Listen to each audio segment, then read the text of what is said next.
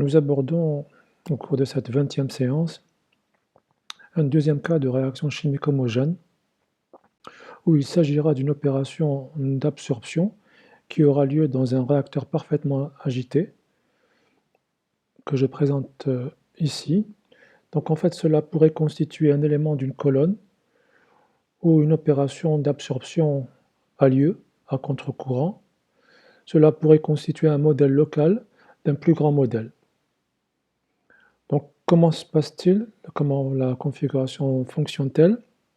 Vous avez du gaz qui est introduit par la partie inférieure d'une cuve.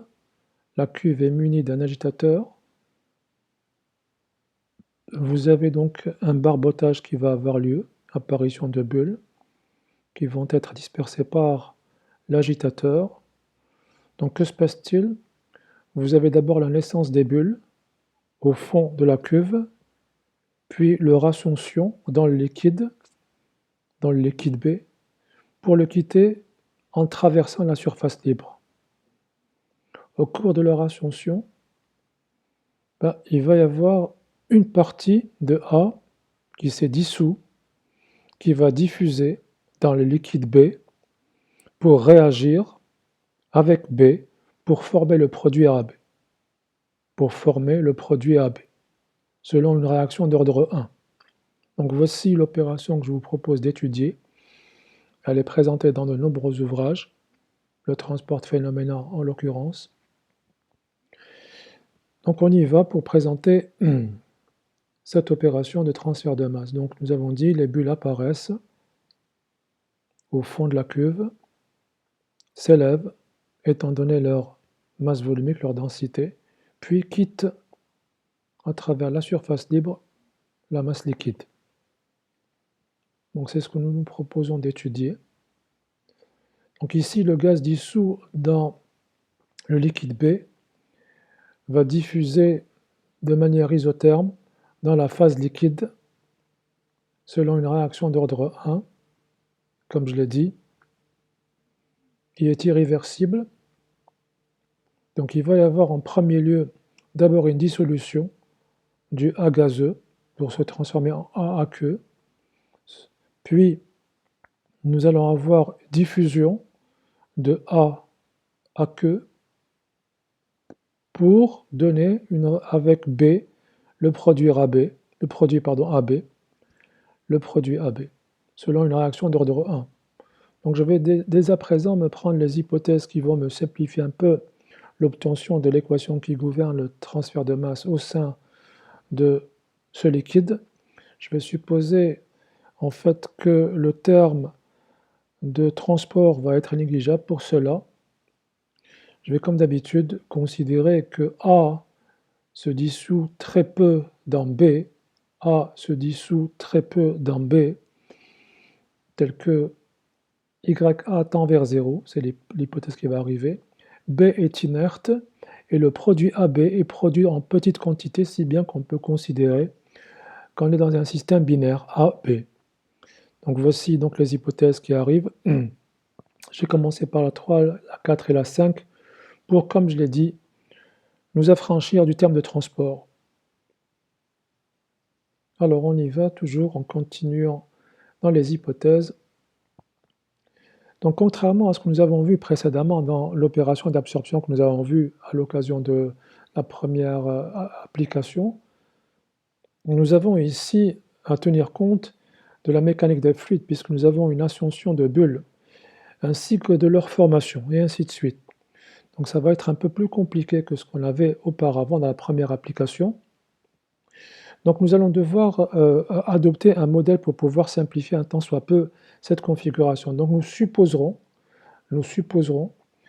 que chaque bulle, au cours de son mouvement ascensionnel, va être entourée d'un film liquide très mince, la couche limite, dans lequel la concentration de A diminuerait de sa valeur à l'équilibre, c'est-à-dire au niveau de l'interface, jusqu'à atteindre celle qui règne loin de l'interface. Je m'explique. Donc voici, j'ai fait un zoom de la bulle qui est là. Donc je fais son zoom, la voici. Là voici la bulle remplie de gaz. Je supposerai donc qu'au cours de son ascension, la bulle est entourée par un film liquide très mince, homogène. Notez bien que c'est homogène, il est homogène, d'épaisseur très, très petite par rapport au diamètre, de la bulle, dans ce film, dans lequel se déroulera ma réaction. Donc voici le film liquide, c'est celui que je viens de représenter d'épaisseur delta très petite par rapport au diamètre de la bulle. Dans ce film va s'effectuer la réaction chimique, c'est-à-dire il va y avoir premièrement la dissolution, puis la diffusion et la réaction comme ceci. Donc notez bien que je dis que c'est dans ce film qu'allait se dérouler la réaction, parce que je vais répondre tout à l'heure à une question. Donc voilà une manière simpliste de pouvoir raisonner pour établir un bilan. C'est celui de considérer une bulle et de dire qu'autour de chaque bulle, en fait, il va y avoir un film liquide très mince au sein duquel la concentration varie de celle de la valeur à l'interface jusqu'à celle qui régnerait à l'extérieur de ce film très mince qui entoure chaque bulle.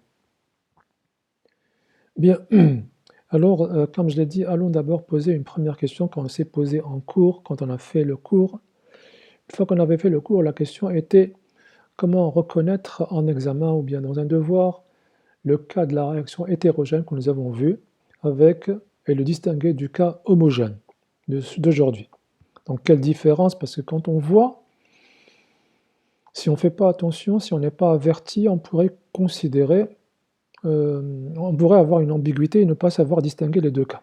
Mais regardez s'il vous plaît, pour pouvoir distinguer les deux cas, il est très simple, mais il faut être averti et voir ceci. Donc reprenons, voici ma bulle entourée du film liquide au sein duquel se déroule la réaction. Ce film est homogène, il est liquide, A y est aqueux. Et donc regardez aussi ce que nous avons fait lorsque nous avons abordé la réaction hétérogène. Rappelez-vous, on avait également le catalyseur, et à l'extérieur du catalyseur, loin du catalyseur, il y avait un film stagnant gazeux au sein duquel nous avons fait notre raisonnement et nous avons exclu la réaction du bilan de masse. Alors qu'est-ce qui distingue ce cas, le cas d'aujourd'hui, la réaction homogène, dans lequel nous faisons le raisonnement sur ce film qui est liquide, par rapport au cas précédent que nous avons étudié? Alors, c'est très simple, rappelez-vous, dans le cas de la réaction hétérogène, la réaction avait lieu au niveau de la surface catalytique uniquement, au niveau de la surface catalytique, qui était exclue de notre système sur lequel nous avons fait le bilan. Elle était exclue, c'est pour cela que le bilan de masse n'était pas apparu dans l'équation de continuité, parce que je l'avais exclu. J'avais considéré le film gazeux à l'exclusion de la surface y était exclue. Ce n'est pas du tout aujourd'hui le même cas aujourd'hui. Aujourd'hui, ce n'est pas du tout la même chose, puisque dans mon film homogène liquide, A et liquide B l'est aussi, la réaction a lieu. Donc la réaction a lieu en plein. Elle est dans le film liquide, dans cette pellicule qui entoure ma bulle. Dans le cas de la réaction hétérogène, la réaction avait lieu toujours dans un film liquide, mais dans lequel, la réaction n'avait pas lieu dans le film liquide, mais elle avait plutôt lieu sur la surface du catalyseur qui ne faisait pas partie de mon système. Et c'est pour ça que j'avais exclu le bilan de masse de l'équation de continuité, que j'avais juste considéré que la réaction interviendrait comme simple condition aux frontières. Voilà, donc c'était ça la principale distinction entre les deux, hormis le fait que nous le savons, hétérogène veut dire qu'il y a deux phases, mais ici le risque était que vous confondiez, que vous pensiez qu'à cause de la bulle, le système est hétérogène. En fait, non, nous étudions notre système dans le film liquide, rappelez-vous, le film est liquide, au sein duquel cette réaction a lieu.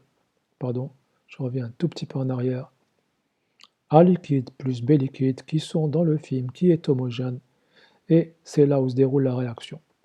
Bien, nous avons vu que cette fois-ci, la réaction était là et que nous arrivions à distinguer les deux cas, à savoir la réaction chimique hétérogène d'il y a 3 séances, je pense, et celle d'aujourd'hui.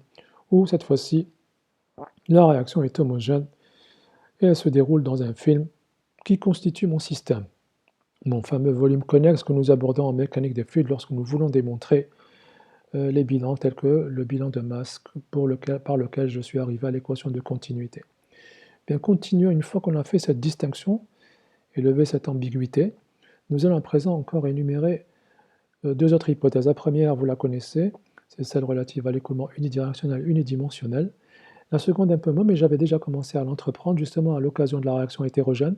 Rappelez-vous, j'avais considéré, bien que j'avais affaire dans le cas du catalyseur, j'avais affaire uniquement à une bille de catalyseur, j'avais considéré quand même les coordonnées cartésiennes. Alors comment se fait-il? Eh bien, lorsque l'épaisseur du film est très petite par rapport au rayon ou bien au diamètre de la bulle, nous pouvons négliger la courbure de la géométrie, si bien que nous pouvons passer des coordonnées cylindriques compliquées vers les coordonnées sympathiques cartésiennes. Comment se fait-il? Vous le savez tous. L'exemple de la Terre est un exemple. La Terre est ronde, elle a une forme sphérique. Pourtant, lorsqu'on construit, par exemple, lorsqu'on construit les dalles, elles sont toutes horizontales. Nous prenons le soin de mettre les fils pour pouvoir voir que c'est parfaitement horizontal. Comment se fait-il? Par rapport au rayon de la Terre qui est de 64 000 km à peu près, nous sommes très petits, ce qui fait que nous ne voyons pas la courbure de la Terre. C'est exactement la même chose. Le film liquide qui entoure la bulle est tellement petit par rapport à la dimension de la bulle que nous pouvons négliger la courbure et basculer des coordonnées sphériques vers les coordonnées cartésiennes. Donc une fois que j'ai fait cette hypothèse, qui rend compte de toutes les manières, de manière satisfaisante des résultats, je passe donc à Z. Ce serait Z l'écoulement suivant lequel va avoir lieu. Si c'est pas, ça c'est lorsque j'avais mis R, c'est lorsque j'avais affaire à la bulle. Maintenant, quand j'adopte l'hypothèse de la courbure de la géométrie négligeable, je dois en toute logique passer à Z. Donc l'écoulement se fera suivant Z. Je passe de R à Z. Et donc voici mon film. L'interface, c'est en Z égale à 0. L'interface gaz liquide, c'est en Z égale à 0. Et l'extrémité du film, c'est en Z égale à delta. Z égale à delta. Bien, continuons à énumérer quelques hypothèses. Je vais maintenant parler plutôt de l'hypothèse relative à la stationnarité. Donc au niveau de l'interface illyrienne, la concentration, je vais noter, c'est à 0. C'est la concentration à l'interface gaz-liquide. Gaz-liquide. Et la concentration qui règne à l'extrémité, je l'appelle CA delta. CA delta. Bien, il y a aussi, je vais revenir sur cela, une agitation du milieu afin d'homogénéiser les concentrations. Donc c'est pour ça que nous avons choisi délibérément de se placer dans le cas d'un réacteur parfaitement agité. C'est pour qu'il y ait une agitation parfaite du milieu. On va voir tout à l'heure pourquoi justement, juste à propos de la stationnarité ou de la quasi-stationnarité, on va en parler dans un instant. Bien, une fois que j'ai présenté cela, il y a maintenant l'hypothèse 2 qui arrive et qui dit que nous supposons que le profil de concentration ne varie pas en fonction du temps. Enfin, du moins, il ne varie pas beaucoup, il varie très lentement, de manière à se placer dans le cas d'une configuration quasi-stationnaire, afin de se débarrasser dans les équations des variations instantanées de CA. Puis, on va maintenant rajouter des hypothèses supplémentaires afin de cerner comme il se doit le problème. La première, elle est toujours relative à la stationnarité. Il faut bien comprendre que le temps nécessaire à l'établissement du régime stationnaire, d'un point de vue concentration, doit être inférieur à celui de la durée de vie, celui correspondant à la durée de vie d'une bulle. C'est-à-dire, en d'autres termes, le temps nécessaire à une bulle pour se former, s'élever, atteindre la surface libre et quitter la cuve, ce temps doit être largement beaucoup plus grand que celui nécessitant l'établissement du régime stationnaire. Le profil de concentration doit être supposé quasi stationnaire dans le film et le temps qu'il faut pour qu'il s'établisse, cette stationnarité s'établisse, doit être inférieur au temps de la durée de vie d'une bulle. Deuxième hypothèse, je vais supposer, c'est l'hypothèse numéro 9, que la taille des bulles reste inchangée depuis leur formation jusqu'à ce qu'elles quittent. Je ne vais pas supposer leur taille changeante. Je supposerai que la taille ne varie pas au cours de leur ascension. Alors une fois que j'ai fait ça, je vais maintenant aller aborder le problème pour pouvoir simplifier ma densité de flux molaire, Na. Je vais donc, comme je l'ai dit, me débarrasser rapidement du terme de transport. J'ai déjà commencé à émettre les premières hypothèses, l'hypothèse 3, 4 et 5, qui me permettent de négliger le terme de transport devant le terme de diffusion, comme on l'a fait. Le voici. Donc le terme de transport est devenu négligeable.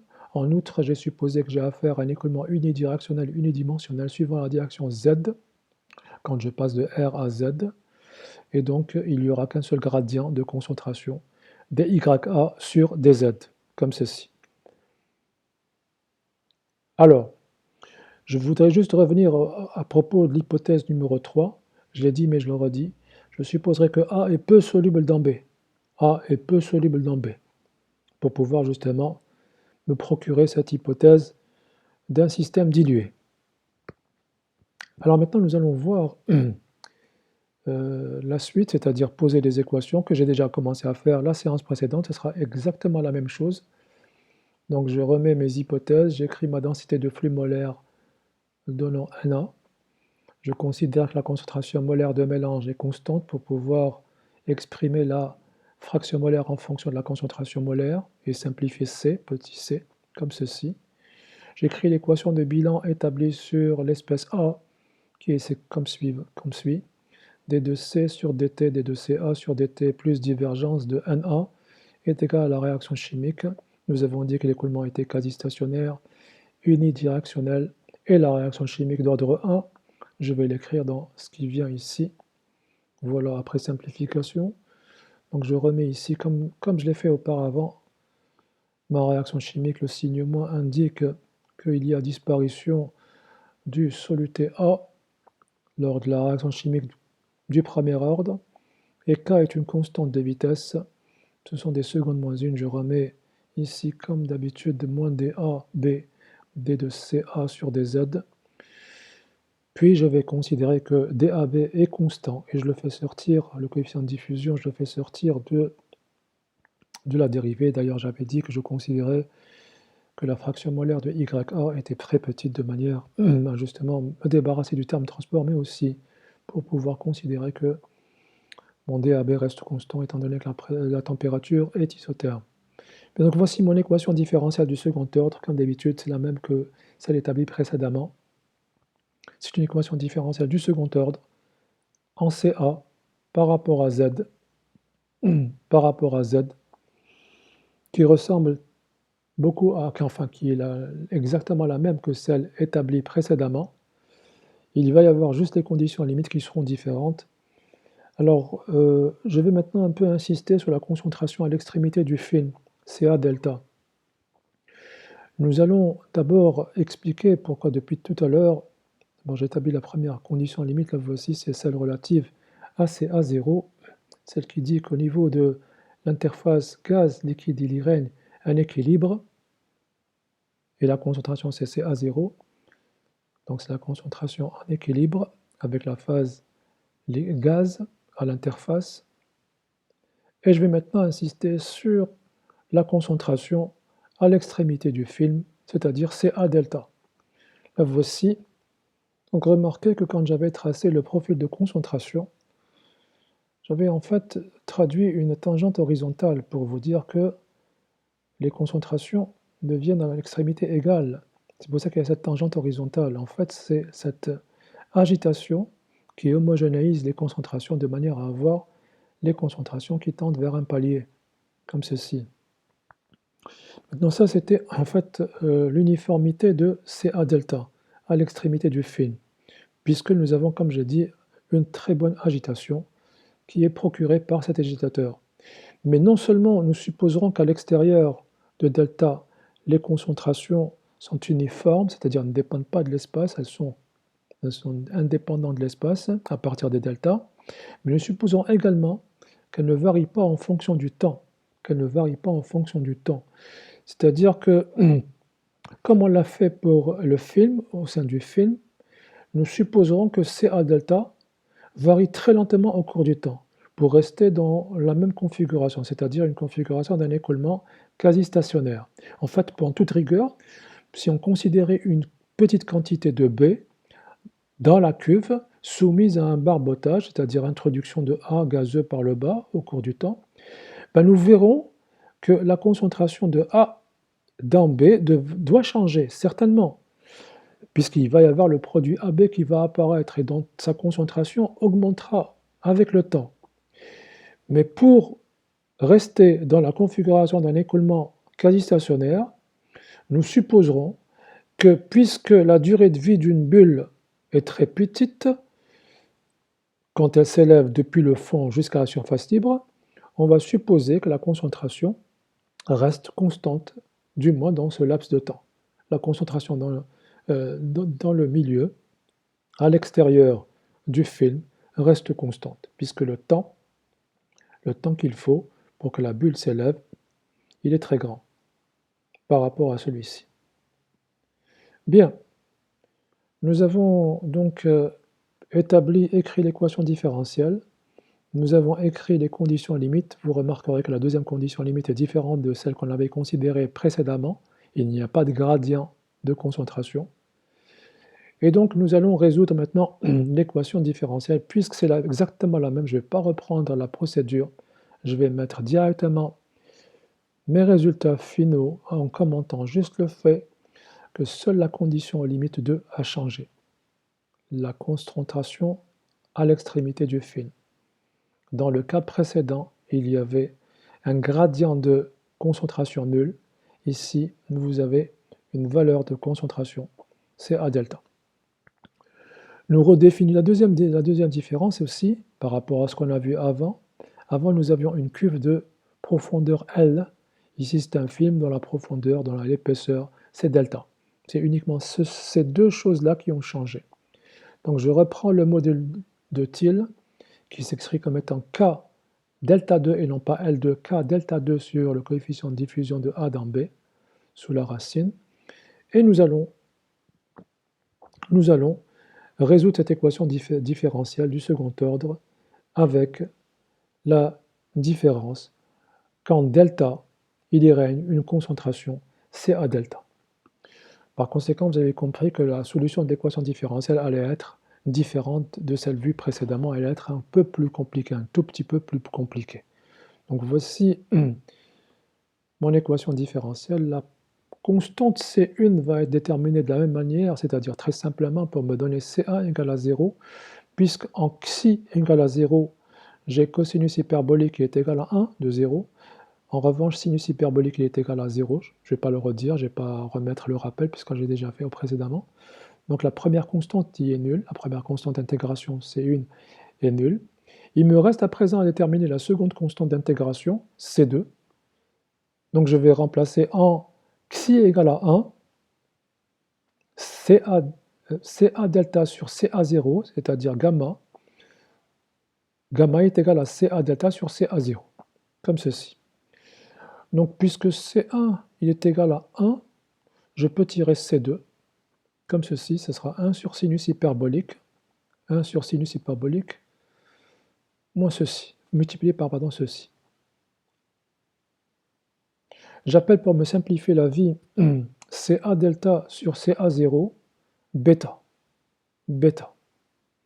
Ma solution s'écrira donc par conséquent comme ceci, puisque la constante C1 c'est égal à 1, C2 c'est 1 sur sinus bêta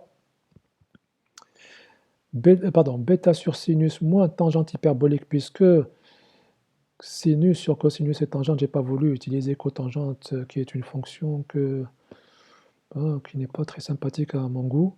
Donc je préférais mettre tangente hyperbolique, comme ceci. Donc voici ma solution, c'est-à-dire voici le profil de concentration réduit qui règne dans mon film de longueur adimensionnelle xi. De longueur adimensionnelle xi. Donc voici ma solution. Vous remarquerez que le profil de concentration réduit dépend de la profondeur réduite xi dans la cuve, du module de tilde et de bêta. C'est-à-dire le rapport entre la concentration à l'extrémité, CA delta, à la concentration à l'interface, gaz liquide.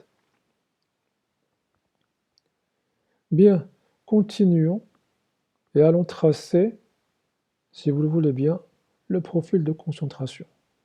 Donc je vais juste ici proposer une deuxième écriture que vous rencontrerez dans les ouvrages. C'est celle qui consiste à réduire au même dénominateur l'expression suivante, ça vous donne ça, si ça vous plaît, sinon vous restez sur la première. Je vais maintenant essayer de tracer gamma en fonction de xi. Mais vous le remarquez comme moi, que nous sommes tributaires de la connaissance de bêta. Alors je vais me considérer un cas qui j'avais déjà considéré à l'occasion de la première application. Je vais supposer que le modèle de Thiele est petit.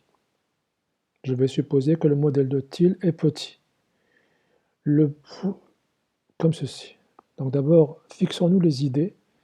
Je vais me placer d'abord, attendez, je ne l'ai pas dit, mais il faut que je choisisse une valeur de bêta.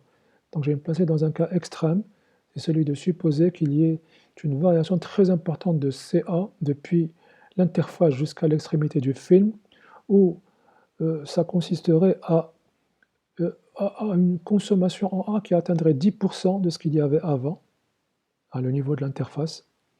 Donc il va y avoir une chute de CA depuis CA0 jusqu'à CA delta de 10%, ceci traduit une consommation très importante de A par réaction chimique.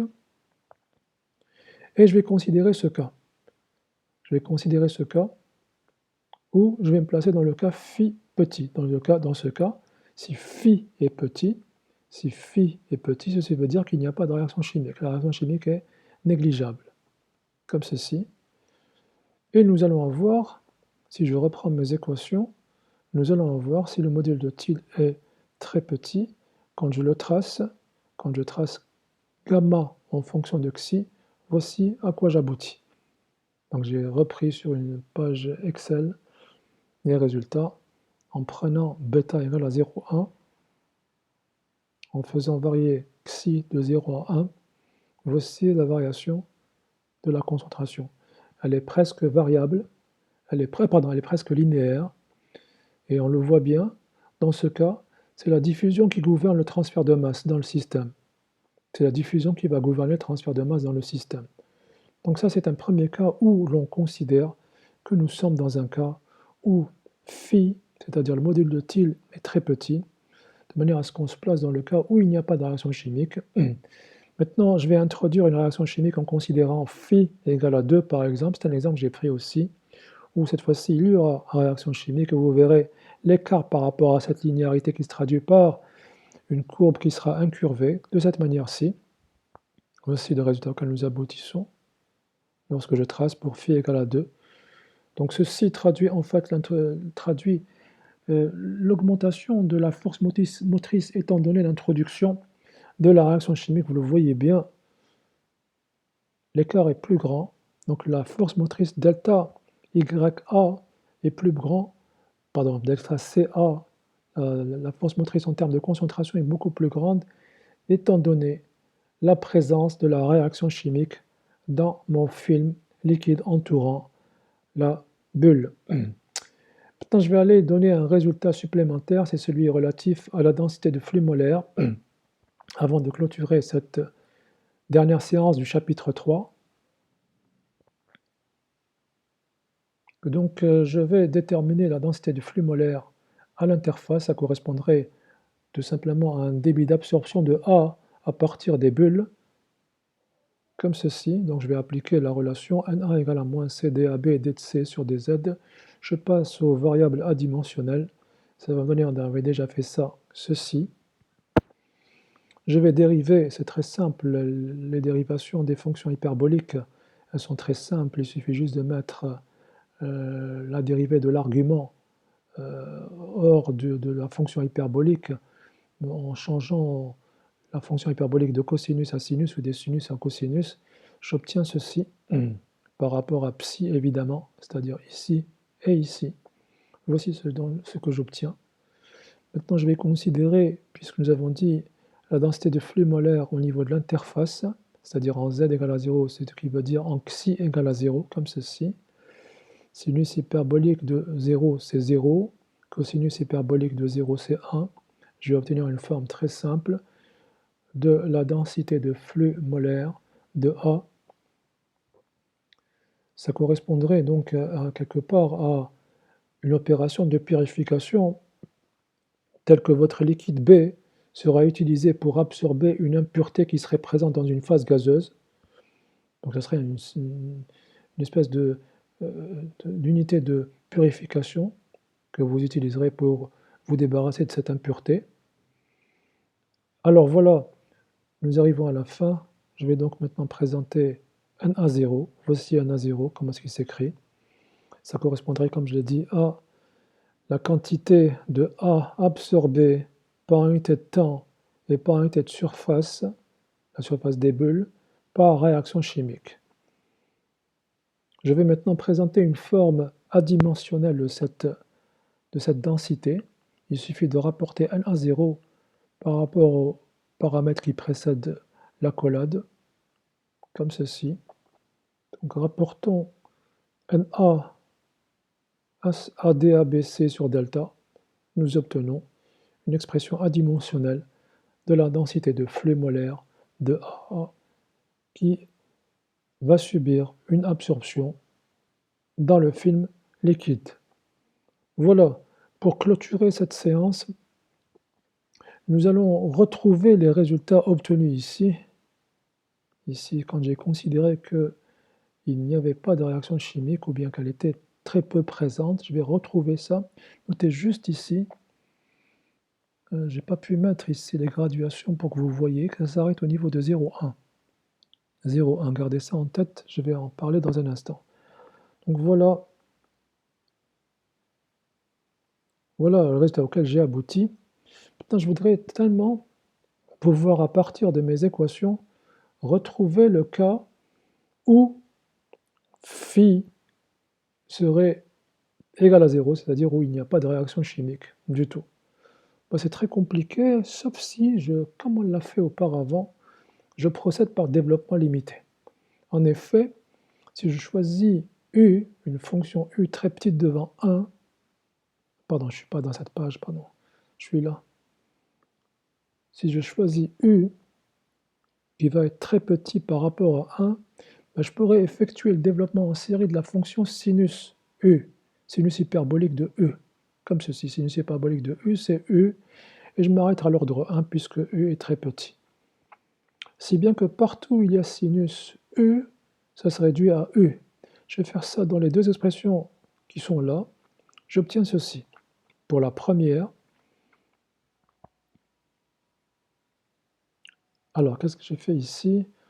Pour 0, il n'y a pas de souci. Phi égale à 0, cosinus, on l'a dit, hyperbolique c'est 1. Sinus hyperbolique de phi, ça me donne phi. Cosinus hyperbolique de phi, ça me donne 1. Sinus hyperbolique de phi, ça me donne phi. Et ici, ça me donne sinus hyperbolique de phi xi, ça me donne phi xi. Vous l'avez vu, phi va se simplifier de part et d'autre. J'aboutis à une relation simple sous cette forme-là, qui dit, si nous considérions une variation, une diminution de la concentration à l'extrémité du film égale à 10% de ce qu'il y a à l'interface, j'aurai ici, pour xi égale à 1, gamma qui serait égal à 1 moins, si vous faites le calcul, c'est 0,1 moins 1, ça vous donne 0,9, 1 moins 0,9, ça vous tombe sur ce que je vous avais dit tout à l'heure, 0,1. Voilà, c'était la chose que je voulais que vous voyiez. Deuxièmement, on refait la même chose pour la densité du flux molaire de A. J'obtiens, après simplification, c'est-à-dire après linéarisation de la fonction sinus hyperbolique, ce résultat. Voilà. Ceci termine, je pense, le cours. Oui, ceci termine le cours. Le troisième chapitre, c'est la 20e séance. J'ai essayé à chaque fois d'être très bref, de faire des séances qui ne durent pas longtemps pour que, bon, je ne sais pas, ça vous arrange plus. Moi, j'aurais préféré faire mon heure, pour comme ça, je ne m'arrête pas. L'essentiel, voilà. Nous avons terminé le chapitre 3. Nous devons à présent aborder le chapitre le plus important, c'est celui du transfert de masse entre phases. Je l'ai terminé avec vous, je l'ai commencé et terminé. Je ne sais pas si je vais pouvoir le faire, parce que là, je suis pris par autre chose. Donc, je ne vous promets pas de le mettre avant les vacances, avant la rentrée. Je vais tout faire pour pouvoir le faire, mais si ce n'est pas le cas, vous devez m'excuser, parce qu'il m'est tombé des choses autres que je dois réaliser. Donc, je vais tout faire pour essayer de refaire ça, mais vous avez le cours, je l'ai fait devant vous, et vous l'avez enregistré, donc vous pouvez vous le transmettre le temps que moi je mette ça en ligne. Il y avait une deuxième chose que je voulais vous dire, oui, les fonctions hyperboliques, vous avez vu, nous les notons SH pour sinus hyperbolique, CH pour cosinus hyperbolique, TH pour tangente hyperbolique. Chez d'autres, ils les notent sin H, sinus hyperbolique, cos H, cosinus hyperbolique, tan H pour tangente hyperbolique. Voilà, je veux juste que vous sachiez que c'est exactement la même chose. Une deuxième remarque, j'avais oublié de vous faire la séance dernière, je vous avais dit pourquoi j'ai pris, j'ai pris le temps de vous refaire la démonstration de ces équations, les solutions de ces équations différentielles, parce que l'année prochaine, quand vous serez en master, il y a une partie sur le transfert thermique qui traite des ailettes et qui, dans ce cas, nous vous donnons l'équation, à partir de l'équation de bilan, une équation différentielle du second ordre que nous ne résolvons pas parce que nous supposons que vous avez déjà vu ça à l'occasion du transfert de masse pour les réactions homogènes. Donc je vais vous montrer l'équation différentielle à laquelle nous arrivons après avoir fait le bilan. Donc je vous épargne tout ceci. Voilà, je vous épargne ça, ça, ça. Voilà, j'arrive là. Regardez l'équation différentielle qui est apparue. La voici. Vous remarquerez que c'est exactement celle qu'on a abordée aujourd'hui. Avec gamma, c'est θ, x, c'est xi, m carré, c'est phi carré. M carré sera appelé le paramètre caractéristique de l'ailette, et θ, sa température adimensionnelle ici. Voilà, c'est pour ça que vous allez voir, l'année prochaine, quand vous serez en master, il y aura la même équation différentielle, mais on ne vous donnera aucune indication sur les solutions de cette équation, parce qu'on suppose que vous avez déjà vu ça à l'occasion du transfert de masse. C'est pour ça que cette année, j'ai pris la précaution de vous préparer pour que vous puissiez être à l'aise. Voilà, ceci termine donc ma séance, termine le chapitre 3. Nous l'avons entièrement terminé. Nous avons passé un peu de temps, mais c'était un peu le chapitre qui faisait le tour du transfert de masse dans une seule phase. Nous avons vu la diffusion moléculaire dans une phase inerte, ce qu'on appelle la diffusion unimoléculaire. Nous avons vu la contre-diffusion équimoléculaire. Nous avons vu la géométrie sphérique. Nous avons, pour un devoir de maison, considéré la géométrie cylindrique. Nous avons vu la réaction homogène et hétérogène, et nous savons à présent comment les distinguer. Il reste à présent le dernier chapitre. Je ne sais pas quand est-ce que je vais pouvoir vous l'administrer. D'ici là, prenez soin de vous. Si vous avez des interrogations ou des choses qui ne sont pas claires, ou bien si j'ai commis des erreurs, transmettez-moi. Prenez soin de vous et à très bientôt, j'espère. Merci. Au revoir.